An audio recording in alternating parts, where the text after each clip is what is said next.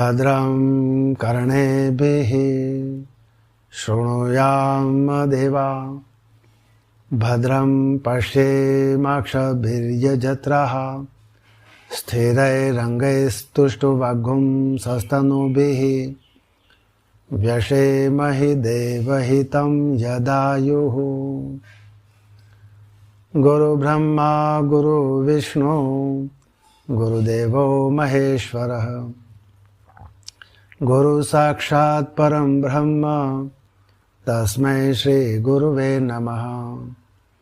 अखण्डमण्डलाकारं व्याप्तं येन चराचरं तत्पदं दर्शितं येन तस्मै श्री गुरुवे नमः।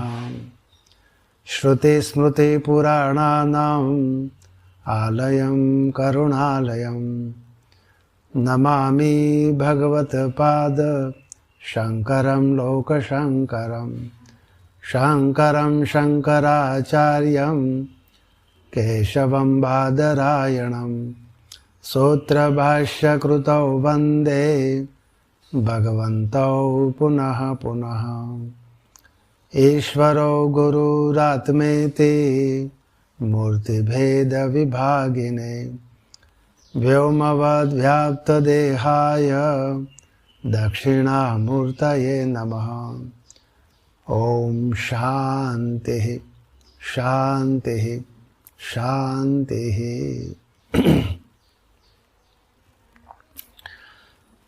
मांडुक्य उपनिषद के भगवान आद्य गुरु गौड़पाद आचार्य जी के द्वारा रचे गए 4 प्रकरण वाले कारिका के स्वरूप में इस ग्रंथ के प्रथम आगम प्रकरण पर स्वाध्याय चल रहा है। पूर्व के स्वाध्यायों में प्रथम मंत्र से लेकर 6 मंत्र जो मूल मांडुक्य उपनिषद के 6 मंत्र हैं और उन 6 मंत्रों के संदर्भ में कारिका के स्वरूप में रचे गए 1 से लेकर 9 श्लोकों तक हमने विचार किया। इससे पहले के स्वाध्याय में अंतिम 7, 8 और 9वें श्लोक पर सृष्टि के विषय में भिन्न भिन्न विकल्पों पर विचार किया। अब आज के स्वाध्याय में ये मूल जो मांडुक्य उपनिषद के 1 से लेकर 6 मंत्र है, तत्पश्चात 9 श्लोकों कारिका के स्वरूप में बताए और उसके बाद जो मूल मांडुक्य उपनिषद का 7वां मंत्र है, आत्मा के 4th पाद पर, उस मंत्र पर हम स्वाध्याय करने जा रहे हैं। तो यहाँ पूर्व के स्वाध्यायों में हमने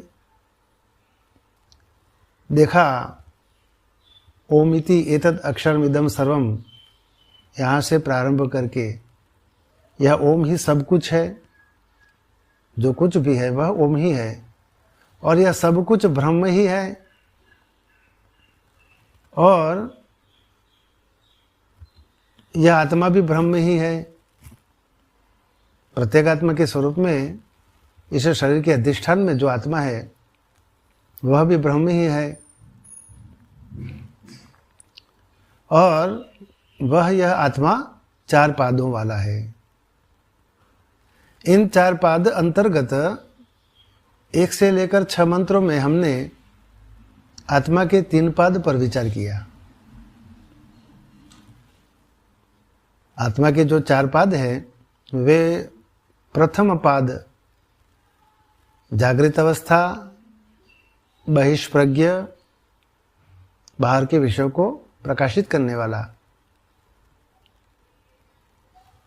सप्तांग 49 मुख, 7 अंग वाला, 19 मुख वाला।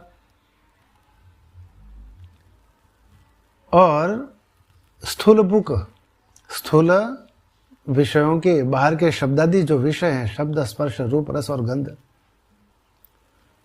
इत्यादि शब्दादि विषयों का स्थूल भोग करने वाला प्रथम पाद विश्वानर। वैश्वानर है प्रथम पाद। वैश्वानर ही विश्व है, समस्त संपूर्ण विश्वों से वह वैश्वानर अभिन्न है। समस्त विश्व नाम वाले जो जीवात्मा है उनसे वैश्वानर आत्मा अभिन्न होने के कारण प्रथम पाद वैश्वानर ही प्रथम पाद है। इस प्रकार आत्मा का जो माया से ये पाद है, सभी माया से, अविद्या से ही ये समस्त पाद बताए हैं। उसी प्रकार स्वप्न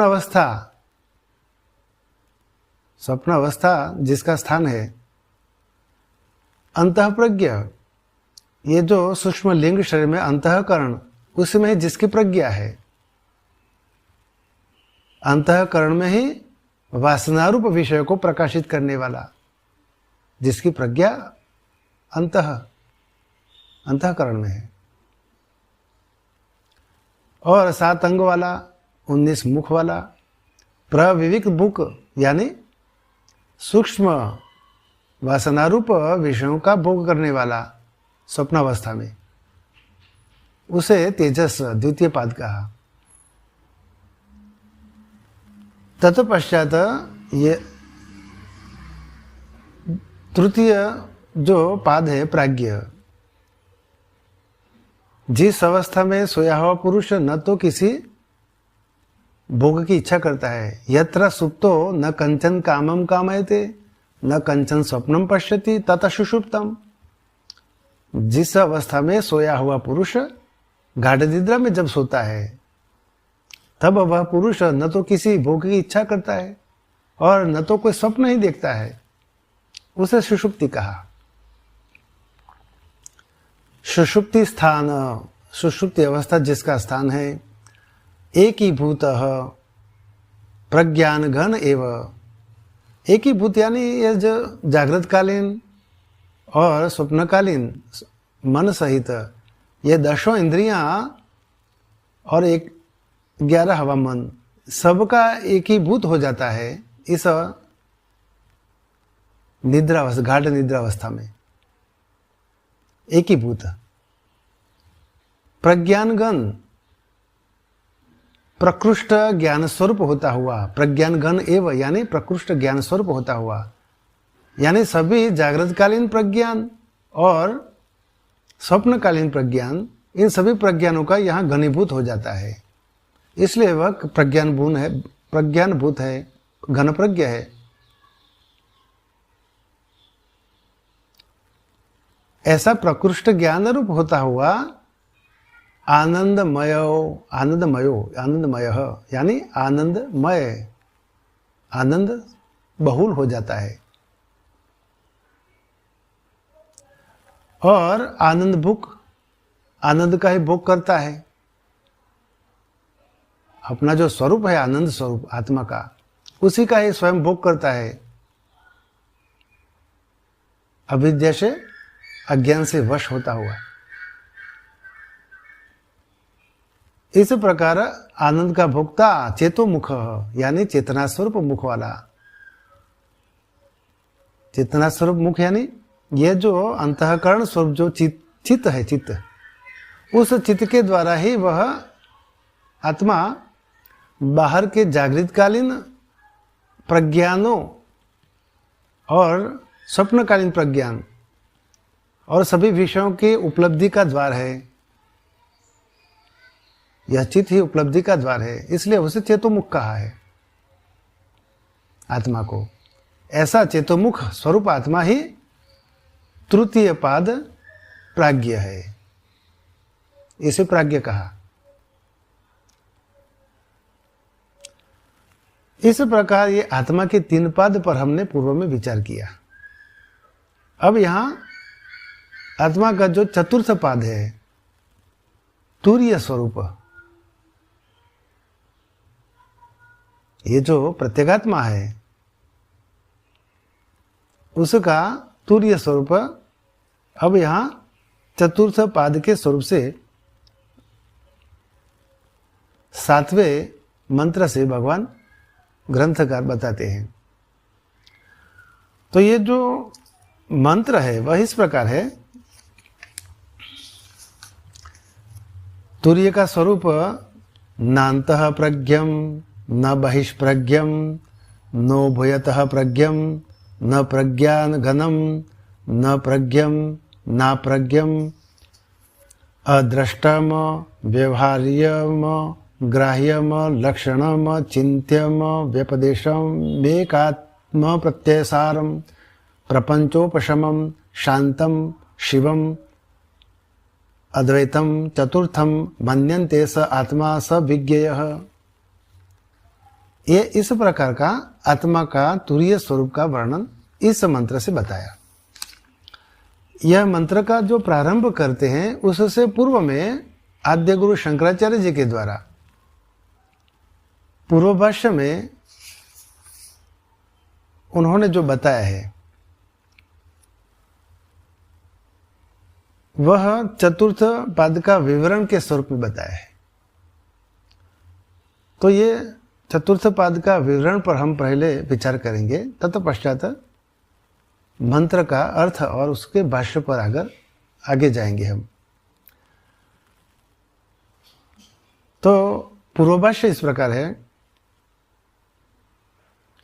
चतुर्थः पादः कर्म प्राप्तो वक्तव्य इत्याह नान्तः प्रज्ञम इत्यादिना।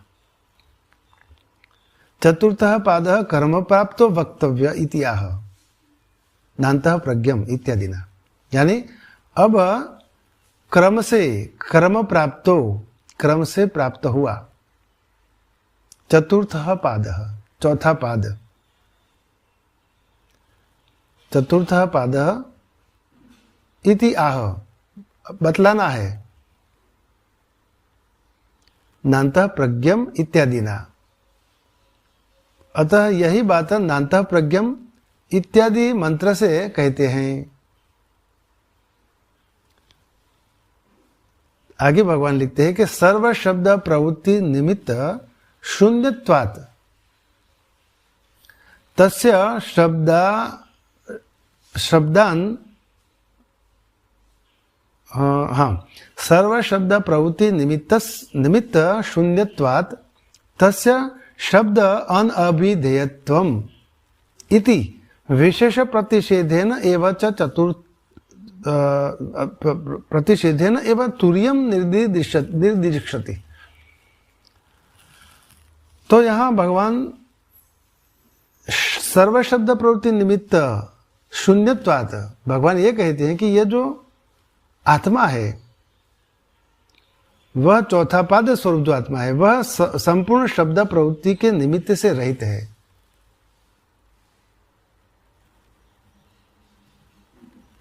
अतः तस्य शब्द अनभिधेयत्वम्, अतः शब्द से उसका वर्णन नहीं किया जा सकता। इसलिए विशेष प्रतिषेधेन एव च तुर्यम निर्दिदिक्षति। इसलिए ये जो विशेष भाव है, विशेष प्रतिषेधेन, यह विशेष भाव है। आत्मा के 3 विशेष भाव बताए पूर्व में, अंतःप्रज्ञत्व इत्यादि जो 3 भाव है, बहिष्प्रज्ञ, अंतःप्रज्ञ, प्राज्ञ इत्यादि। इन सभी विशेष भाव का प्रतिषेध करके ही च तुर्यम निर्दिदिक्षति।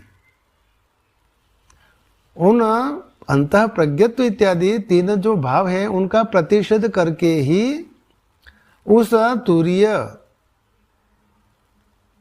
स्वरूप जो है उसका निर्देश करने में यह श्रुति प्रवृत्त होती है।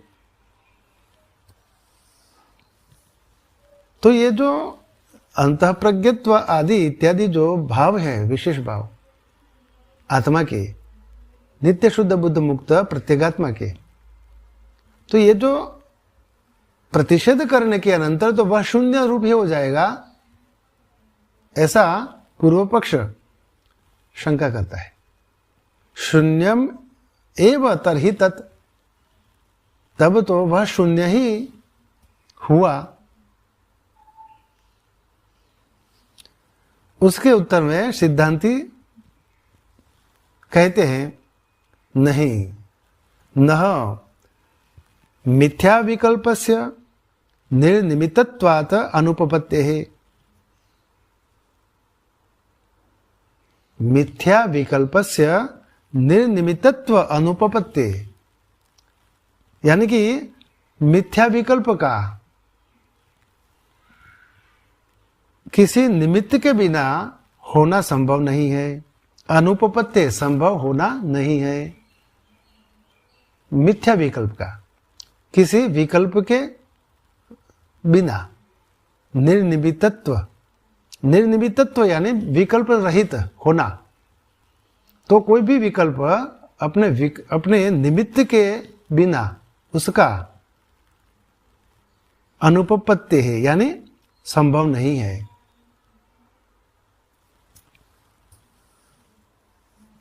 इसका यहां दृष्टांत देते हैं,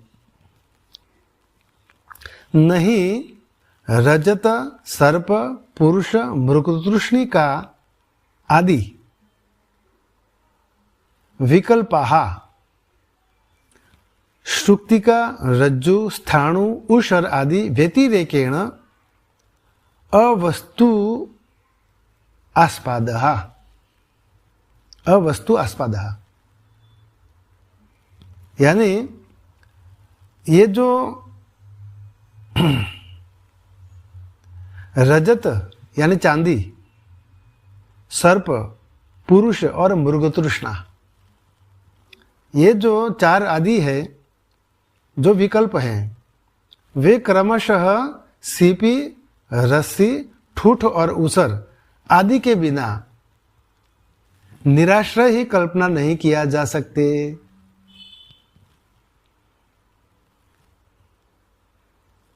यदि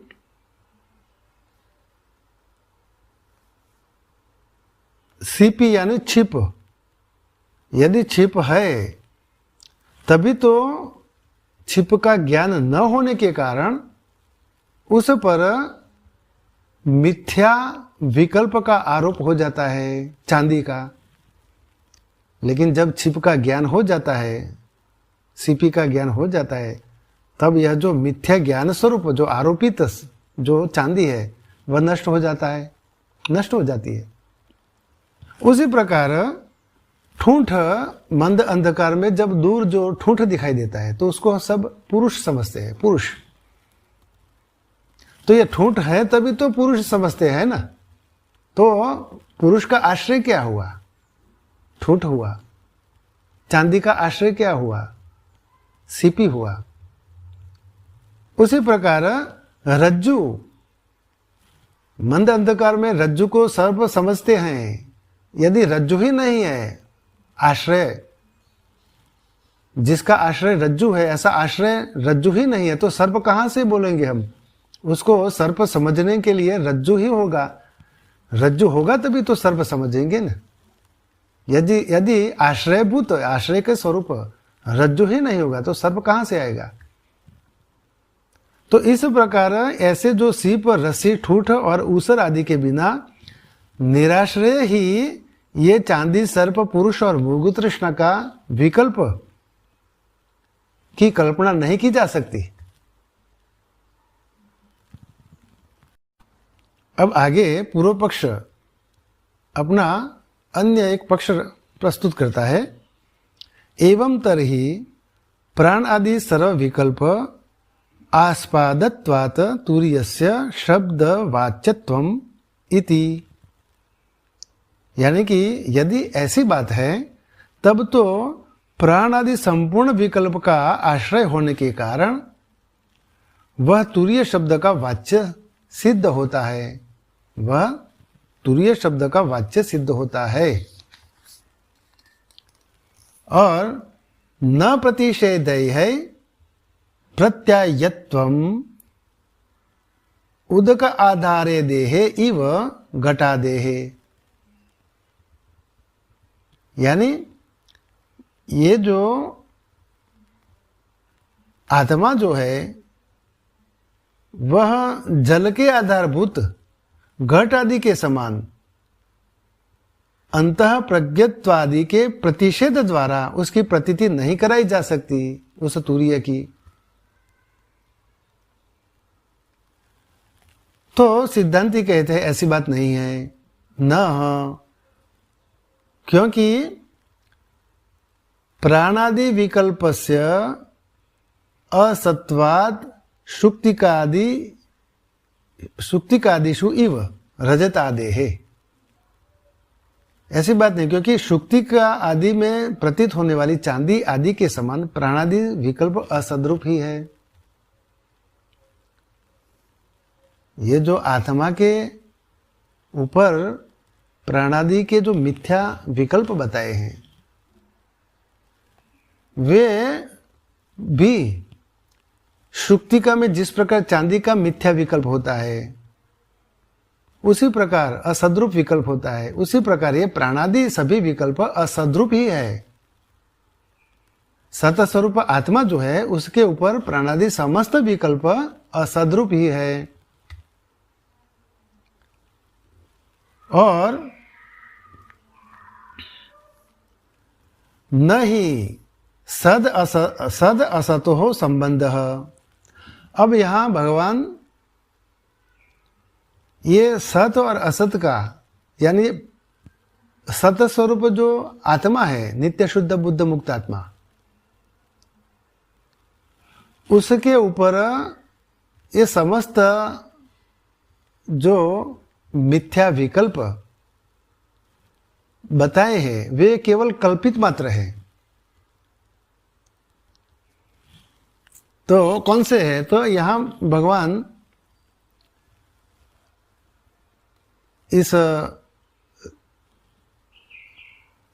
ये जो भगवान विद्यारण्य जी के द्वारा रचे गए पंचदशी ग्रंथ है उसमें भी ये समस्त जो विकल्प है मिथ्या विकल्प वे सभी आत्मा में केवल कल्पित मात्र है। इस विषय पर यह श्लोक बताते हैं, इदम गुण क्रिया जाति द्रव्य संबंध वस्तुषु समम तेन स्वरूपस्य एवं एतद इति इष्यताम्।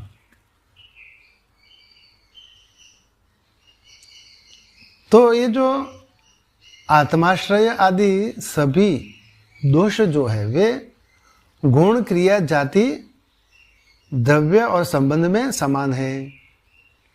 ये सभी दोष इन पांच वस्तुओं में समान है, गुण क्रिया जाति द्रव्य और संबंध में समान है।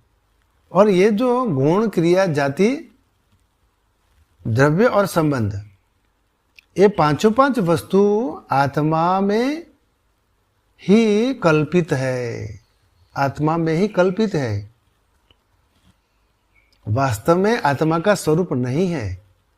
गुण क्रिया जाति द्रव्य और संबंध ये सभी वस्तुएं आत्मा में केवल कल्पना मात्र है, वास्तव में आरोपित मात्र है। वास्तव में आत्मा का किसी भी प्रकार का संबंध नहीं है। आत्मा न तो गुण वाला है, न तो क्रिया वाला है, न तो किसी भी प्रकार के संबंध वाला है, न तो किसी प्रकार का उसका द्रव्यमान है। तो इस प्रकार क्रिया जाति जातिमत्व भी नहीं है आत्मा में। इसके ऊपर भगवान सिद्धांत यहां इसी विषय में बताते हैं कि नहीं सद असतो संबंध शब्द प्रवृत्ति निमित्त भाग अवस्तुत्वात्। और सत और असत का संबंध अवस्तु रूप है। सत असतो संबंध अवस्तुत्वात्, अवस्तु रूप होने के कारण शब्द प्रवृत्ति निमित्त भाग यानी कि शब्द की प्रवृत्ति का हेतु नहीं हो सकता।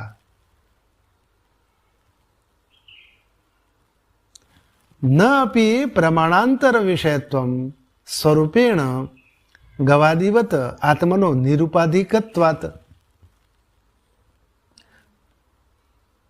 तो पहले अवस्तु है, संबंध अवस्तु रूप है।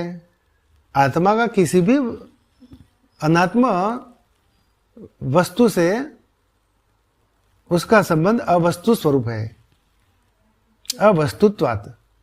इसलिए शब्द की प्रवृत्ति का हेतु नहीं हो सकता। प्रथम तो आत्मा सत और असत का संबंध अवस्तु रूप है, संबंध के विषय में कहते हैं तो अवस्तु रूप है। इसीलिए शब्द की प्रवृत्ति का हेतु नहीं होता। और न तो अब आगे उपाधि रहित है, निरुपाधिकत्वात्। न अपि प्रमाणांतर विषयत्वम स्वरूपेण गवादिवत आत्मनो निरुपाधिकत्वात्। आत्मा जो निरुपाधि औपाधिक रहित होने के कारण वह गौ आदि के समान स्वरूप से किसी अन्य प्रमाण का विषय नहीं हो सकता। और गवादिवत न अपि जातिमत्वम अद्वितीयत्वेन। अब यहाँ अद्वितीय बताया। सबसे पहले तो संबंध के लिए सत और असत और असत का संबंध अवस्तु रूप बताया।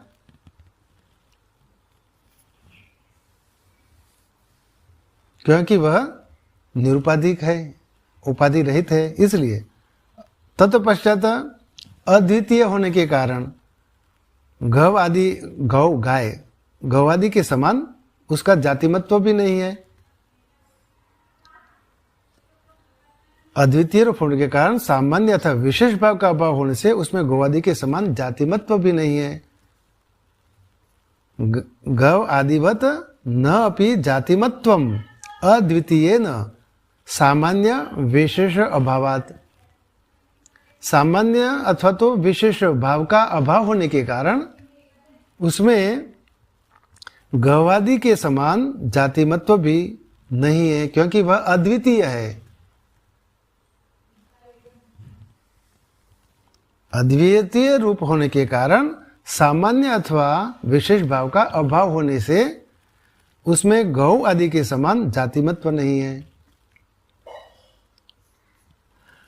न अपि क्रियावत्वम पाचकादिवत अविक्रियत्वात्। अविक्रियत्वात् यानी विकार रहित होने के कारण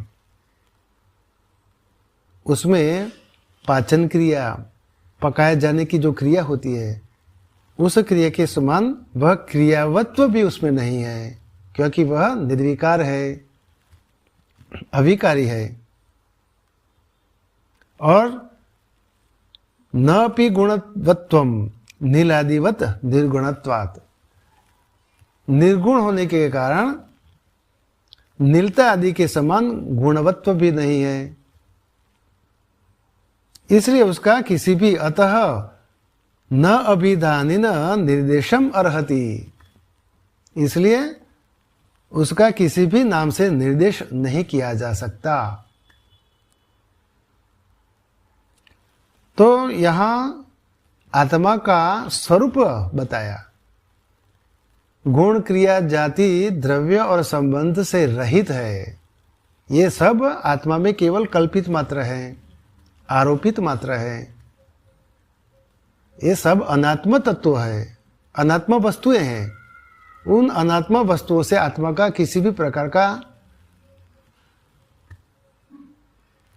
कोई भी संयोग यानी कि संबंध नहीं है, ऐसा।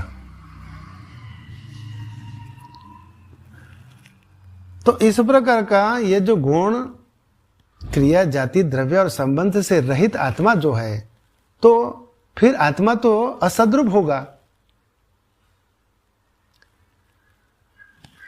इस पर कहते हैं पूर्व पक्ष, शश, विषाण आदि हाँ, शश भीषण आदि समत्वात निरर्थकत्वम तरही, तब तो शशशृंग आदि के समान असद्रूप होने के कारण उसकी निरर्थकता ही सिद्ध होती है, तो वह निरर्थक हो जाएगा, असद्रूप सिद्ध हो जाएगा। शश विषाण आदि समत्वात निरर्थकत्वम तरही, तब तो शश शृंगादि के समान असद्रूप होने के कारण उसकी निरर्थकता ही सिद्ध होती है। वंध्यापुत्र के समान, वंध्यापुत्र न वस्तुतः उत्पन्न होता है और न तो माया से उत्पन्न होता है, ऐसा हो जाएगा ये आत्मा। तो सिद्धांती कहते हैं नहीं। क्यों? क्योंकि आत्मत्व अवगमे तुर्यस्य अनात्म तृष्णिका व्यावृत्ति हेतुत्वात् शुक्ति का अवगम इव रजत तृष्णायाः। क्योंकि शुक्ति का अवगम इव, शुक्ति का अवगम यानी शुक्तिका का ज्ञान हो जाने पर उसी के समान आरोपित, जिस प्रकार शुक्तिका का ज्ञान हो जाता है तब आरोपित चांदी जो होती है उसकी जो तृष्णा होती है, रजत तृष्णयाः, रजत तृष्णयाः यानी चांदी की तृष्णा। शुक्तिका में जब चांदी का आभास होता है तब उसमें तृष्णा उत्पन्न होती है चांदी की, उसको प्राप्त करने की तृष्णा। लेकिन शुक्तिका का जब ज्ञान हो जाता है तब वह तृष्णा नष्ट हो जाती है। उसी प्रकार आत्मत्व अवगमे तुर्यस्य अनात्म तृष्णा व्यावृत्ति हेतुत्व, यानी कि उसी प्रकार तुर्य हमारा आत्मा है ऐसा ज्ञान होने पर अनात्म संबंधिनी तृष्णा को निवृत्त करने का कारण होता है। यह जो ज्ञान है वही निवृत्त करने का कारण हो जाता है। जब तुर्य हमारा आत्मा है ऐसा जब ज्ञान हो जाता है तब अनात्म संबंधिनी तृष्णा को निवृत्त करने का कारण हो जाता है वही ज्ञान। और आगे लिखते हैं नहीं तुर्यस्य आत्मत्व अवगमे सत्य अविद्या तृष्णा आदि दोषाणाम संभवो अस्ति। और जब तुर्य को अपना आत्मा जान लेने पर अविद्या एवं तृष्णादि दोषों की संभावना नहीं रहती। नहीं तुर्यस्य आत्मत्व अवगमे, जब यह तुर्य आत्मा का जब ज्ञान हो जाता है तब अविद्या तृष्णादि दोषाणाम नहीं संभव अस्ति। तब ये जो अविद्या स्वरूप तृष्णादि जो दोष हैं वे नहीं रहते, उनका संभव नहीं होता, रहने का संभव नहीं होता ऐसा। अर्थात तो तृष्णा को निवृत्त करने का ऐसा ज्ञान होने पर आत्म संबंधिनी तृष्णा को निवृत्त करने का कारण होता है। अर्थात तो तुर्य को अपना आत्मा जान लेने पर अविद्या एवं तृष्णादि दोषों की संभावना नहीं रहती। न च तुर्य से आत्मत्व अनगव्य में कारणम अस्ति। और तुर्य को अपना आत्मा, न च तुर्य से आत्मत्व अनगव्य में, और तुर्य स्वरूप आत्मा को न जानने का कोई कारण भी नहीं है। इसके लिए भगवान आगे लिखते हैं, अब भिन्न भिन्न उपनिषदों के जो श्रुति वाक्य हैं उनके द्वारा ये ऐसे श्रुति वाक्यों इसी अर्थ में उपयोग में लिए जाते हैं। न च तुर्यस्य आत्मत्व अनवगमे कारणम अस्ति। तुर्य आत्मा का न जानने का कोई कारण भी नहीं है, क्योंकि सर्व उपनिषदाम तद अर्थेन उपक्षयात, तद अर्थेन उपक्षयात। इसी अर्थ में समस्त उपनिषदों के जो वाक्य हैं, श्रुति वाक्यों, इसी अर्थ में उपयोग में लिए जाते हैं, बतलाए जाते हैं। तो ये उपनिषद वाक्य बताते हैं तत्त्वमसि। छांदोग्य उपनिषद का ये 6वें अध्याय का 8वें खंड का 16वां मंत्र है। इस मंत्र का ये एक वाक्य है, तत्त्वमसि। मंत्र पूरा है लेकिन उसमें जो बताया है तत्त्वमसि, ये महावाक्य है।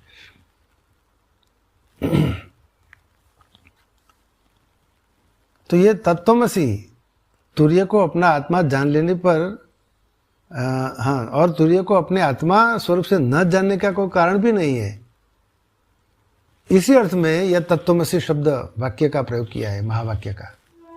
क्योंकि आत्मा को तुम जानो, कौन सा आत्मा है? तो तत्, वही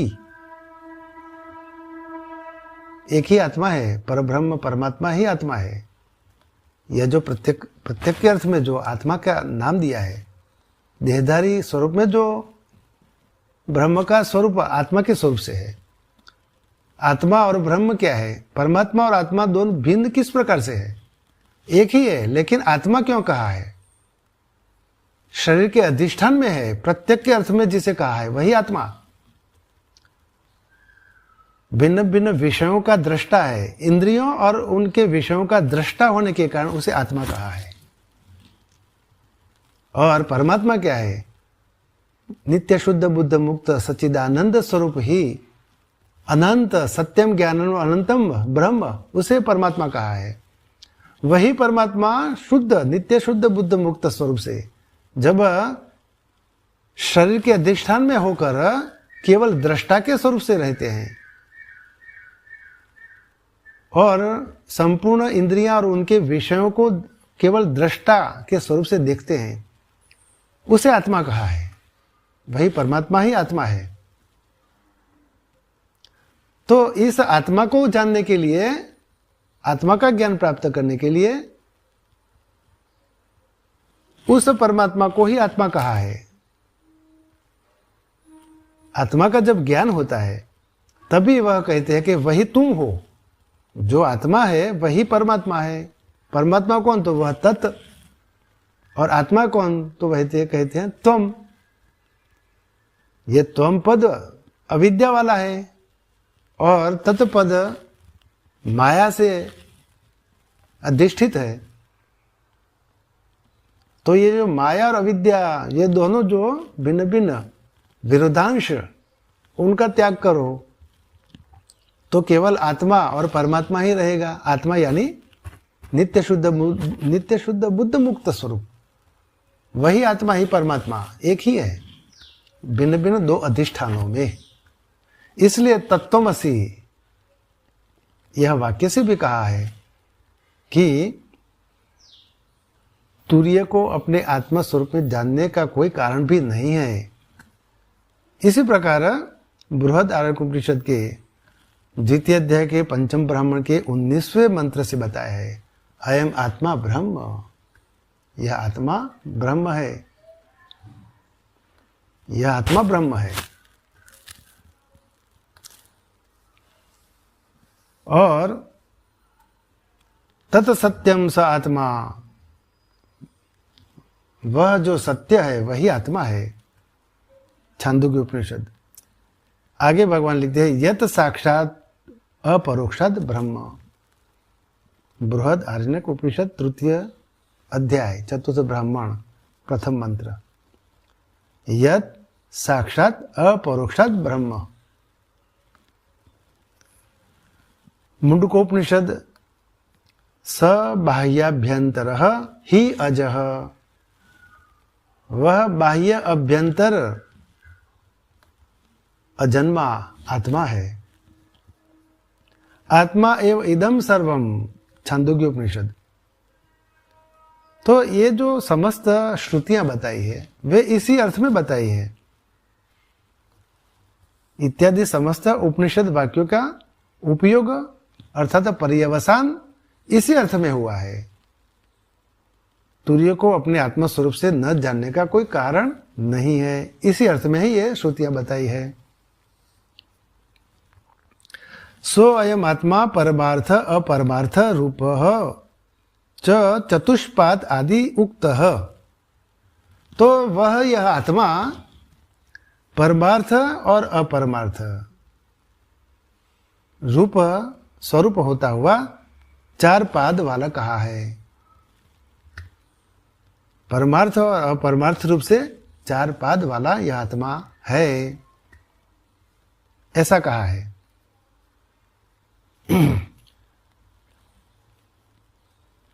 तस्य अपरमार्थः रूपम अविद्याकृतम रज्जु सर्प आदि समम उक्तम पादत्रय लक्षणम बीजांकुर स्थानीयम।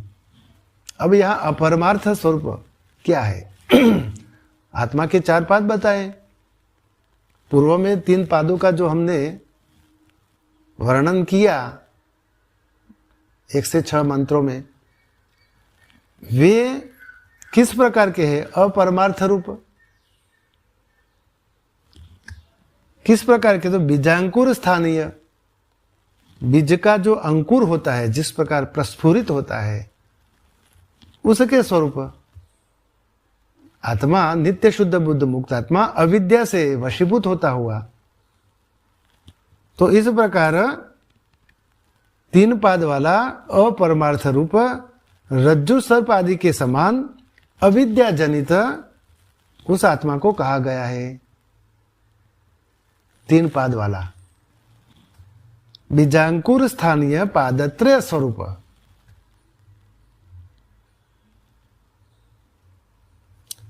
अपरमार्थ रूपम अविद्याकृतम रज्जु सर्पादि समम उक्तम, रज्जु सर्प आदि के समान कहा हुआ वह अविद्याकृत, अविद्या जनित 3 पाद वाला पादत्रय लक्षण, वो उस आत्मा का 3 पाद वाला लक्षण है, भिन्न भिन्न लक्षणों वाला। विश्व, तेजस, प्राज्ञ इत्यादि जो 3 पाद के स्वरूप के लक्षण वाला अविद्या से उत्पन्न हुआ, अविद्या जनित बीजांकुर स्थानीय वह तृतीय 3 पाद वाला आत्मा कहा गया। अथ इदानीम अबीजात्मकम परमार्थ स्वरूपम रज्जु स्थानीय सर्पादि स्थानीय उक्त स्थानत्रय निराकरणेन आह। अब ये जो 3 स्थान में बताए गए जो अविद्या जनित जो सर्प आदि स्थानीय, ये जो 3 पाद बताए, उनका निराकरण करने के बाद, बराबर, तीनों पादों का निराकरण करके, निराकरणेन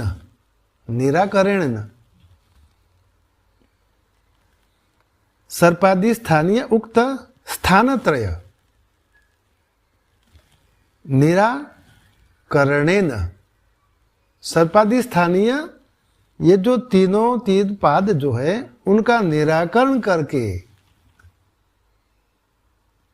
अबीजात्मक परमार्थ स्वरूप रज्जु स्थानीय, यह जो नित्य शुद्ध बुद्ध मुक्त आत्मा है, जो तुरीय स्वरूप आत्मा है, उसका वर्णन करते हैं। तो उसका वर्णन किस प्रकार से है, इस पर 7वें श्लोक से, 7वें मंत्र से बताया। मूल मांडुक्य उपनिषद का 7वां मंत्र किस प्रकार का है, तो यहां बताते हैं। नान्तः प्रज्ञम न बहिष्प्रज्ञम न उभयतः प्रज्ञम न प्रज्ञान घनम न प्रज्ञम न प्रज्ञम अद्रष्टम अव्यवहार्यम अग्राह्यम अलक्षणम अचिंत्यम अव्यपदेश्यम एकात्म प्रत्ययसारम प्रपंचोपशमम शांतम शिवम अद्वैतम चतुर्थम मन्यन्ते स आत्मा स विज्ञेयः। यही आत्मा है, उसको जानना चाहिए। यही साक्षात जानने योग्य तुरीय स्वरूप आत्मा है। तो ये विवेकी जन लोग कहते हैं, इस तुरीय को ऐसा मानते हैं, नान्तः प्रज्ञम, कि वह न अंतः प्रज्ञ है। विवेकी लोग तुरीय को ऐसा मानते हैं कि वह न अंतः प्रज्ञ है, वह न तो ये जो स्वप्नावस्था में जिसका स्वरूप बताया तेजस स्वरूप, ऐसा होकर वह जो अंतः प्रज्ञा का अंतः प्रज्ञ या अंतः आंतरिक प्रज्ञा को जो प्राप्त करता है, यानी कि अंतः प्रज्ञा है, ऐसा नहीं है।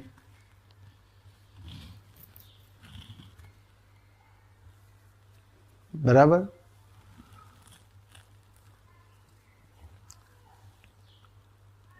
लिंग शरीर में, सूक्ष्म लिंग शरीर में अंतःकरण में जिसकी प्रज्ञा है, ऐसा नहीं है वह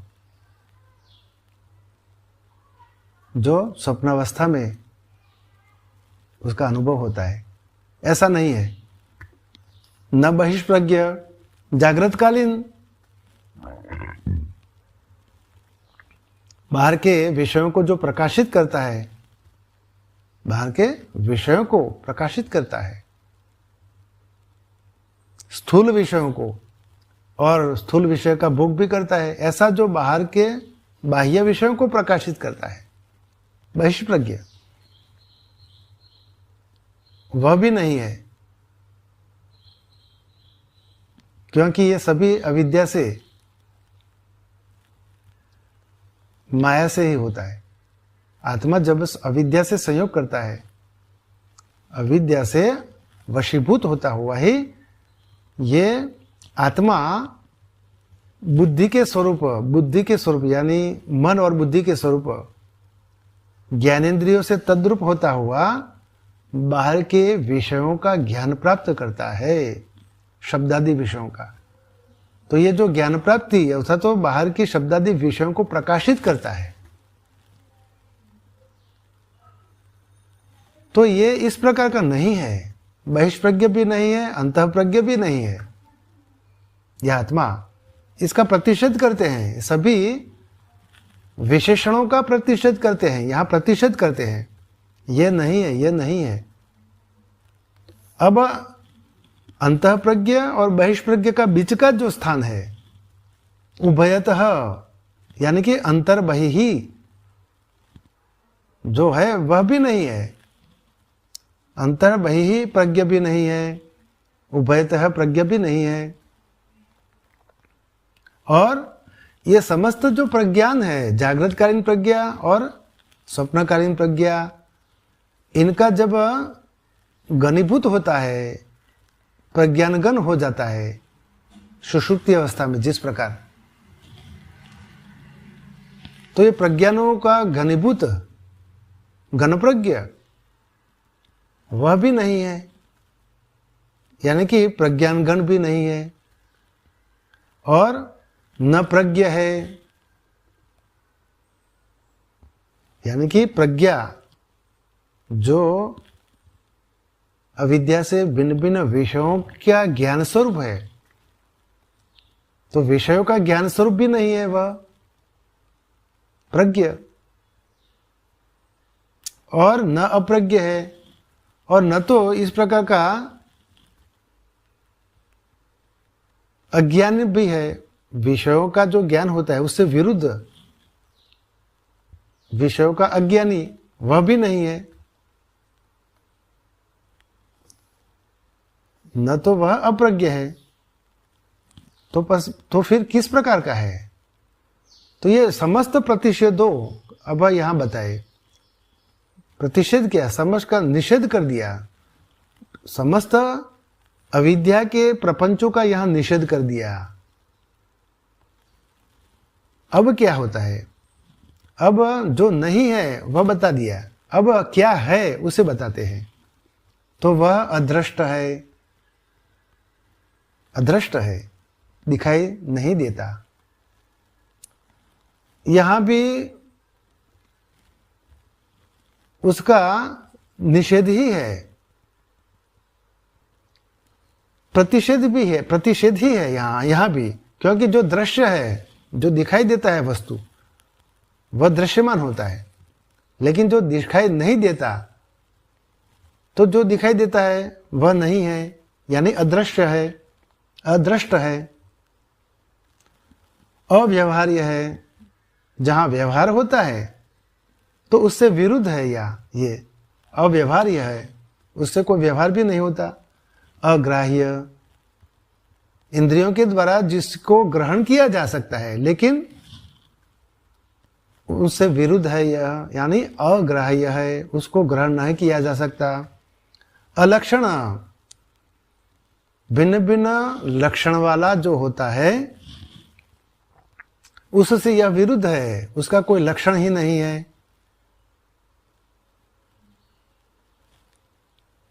अंतः प्रज्ञ इत्यादि जो लक्षण है, ऐसे लक्षण भी नहीं है। अलक्षण, अलक्षण है, और जिसका चिंतन नहीं किया जा सकता। भिन्न भिन्न विषयों का चिंतन होता है मन के द्वारा, बुद्धि के द्वारा, लेकिन उस तुरीय स्वरूप आत्मा का, नित्य शुद्ध बुद्ध मुक्त आत्मा का किसी भी इंद्रिय, किसी भी वस्तु के द्वारा, यानी कि बुद्धि, मन इत्यादि, उसका चिंतन नहीं किया जा सकता, इसलिए वह अचिंत्य है। अव्यपदेश्य,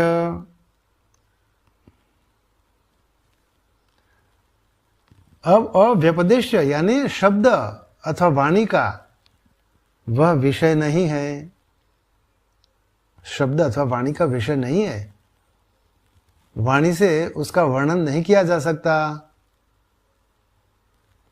क्योंकि वाणी भी जहां से लौट आती है। यदा वाचो निवर्तन्ते, यदा वाचो निवर्तन्ते, जहां से वाणी लौट आती है वहां वाणी भी पहुंच नहीं सकती। और एकात्म प्रत्ययसार, एक आत्म प्रत्ययसार,